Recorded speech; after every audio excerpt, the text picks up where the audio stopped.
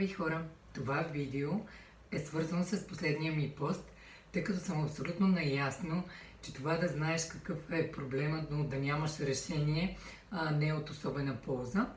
Сега ще ви покажа едно упражнение, с което да активирате долната част на гърба си и по този начин да стегнете мултифидите и да не позволите тяхната нефункционалност. Като цяло за целия гръбначен стълб планкът, правилно изпълненият планк е едно много добро упражнение за трениране на стабилизиращата мускулатура на гръбначния стълб. Повечето хора, които идват при мен, са изключително озадачени колко слаби стабилизиращи мускули имат, тъй като те казват: аз ходя на фитнес. Ходейки на фитнес, по-голямата част от хората тренират, както аз ги наричам, красивите мускули, които са двигателите на нашето тяло, но от изключителна важност за здравето на тялото и на човека са стабилизиращите мускули на гръбначния стълб. Затова аз много наблягам на тях, затова много често се повтарям, когато говоря за тях, и сега ще ви покажа едно упражнение, с което да ги тренирате. Лягате по корем. По принцип главата трябва да бъде начело, но за да вие да ме разбирате, аз ще сложа моята глава настрани. Хубаво лягате с отпуснато тяло. Много е важно, когато тренираме стабилизиращи мускули, да не усещате други мускули да работят заедно с тях.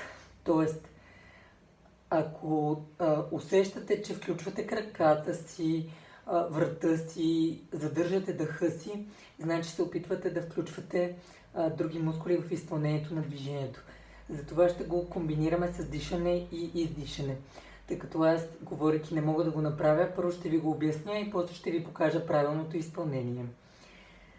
Идеята на упражнението е да се опитаме да изгладим тази извивка на гръбначния стълб в ломбалната област. Първоначално, за да може да усетите какво правите, е хубаво да си сложите едната ръка отгоре. Завъртате хубаво. Представяте си, че искате... Аз си вдигна ръката, за да може да става по-ясно. Завъртате. Представяте си, че искате да си приближите пъпа към гръбначния стълб и после отпускате. Завъртате. Задържате по 3 секунди и отпускате. Сега ще ви покажа как трябва да изглежда абсолютно правилно. Вдишваме, завъртаме таза и издишваме. Значи,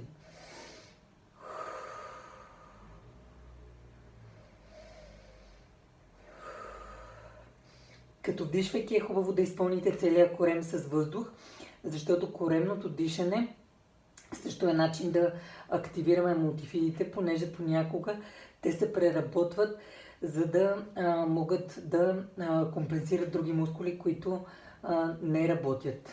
Изпълнението на упражнението не трябва да изглежда по този начин. Да има повдигане на дупето, свиване в колената, натискане на пръстите. Не трябва да има такива неща. То е съвсем малко движение и трябва да бъде много съзнателно изпълнено. Друго нещо, което ще помогне за да поддържате мултифидите функционални, е коремното дишане. За да изолирате извивката на кръста, е хубаво да го правите от седеж. Издувате хубаво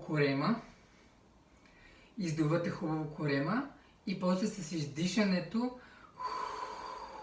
прибирате пъпа максимално близо към гръбначния стълб. Не трябва да бъде компенсиран с рамената напред или с бутане на кръста назад. Няма никакво движение в гръбначния стълб, просто спокойно седите. Първоначално може да си слагате ръката на корема, за да усещате дали издувате хубаво корема, защото много често хората си мислят, че дишат коремно, но те всъщност дишат с диафрагмата и всяко едно преработване на диафрагмата е в лоша полза на мултифидите, защото те се преработват и започват да болят. Затова правите не повече от 5-8 повторения от предното упражнение, което ви показах, и не повече от 5-8 вдишвания коремни, като е хубаво да го правите 2 пъти на ден. Бройките не трябва да бъдат много големи, тъй като стабилизиращите мускули, когато са слаби, се уморяват много лесно. и започват да се включват други мускули. Компенсаторното заучаване на движения не е в наша полза.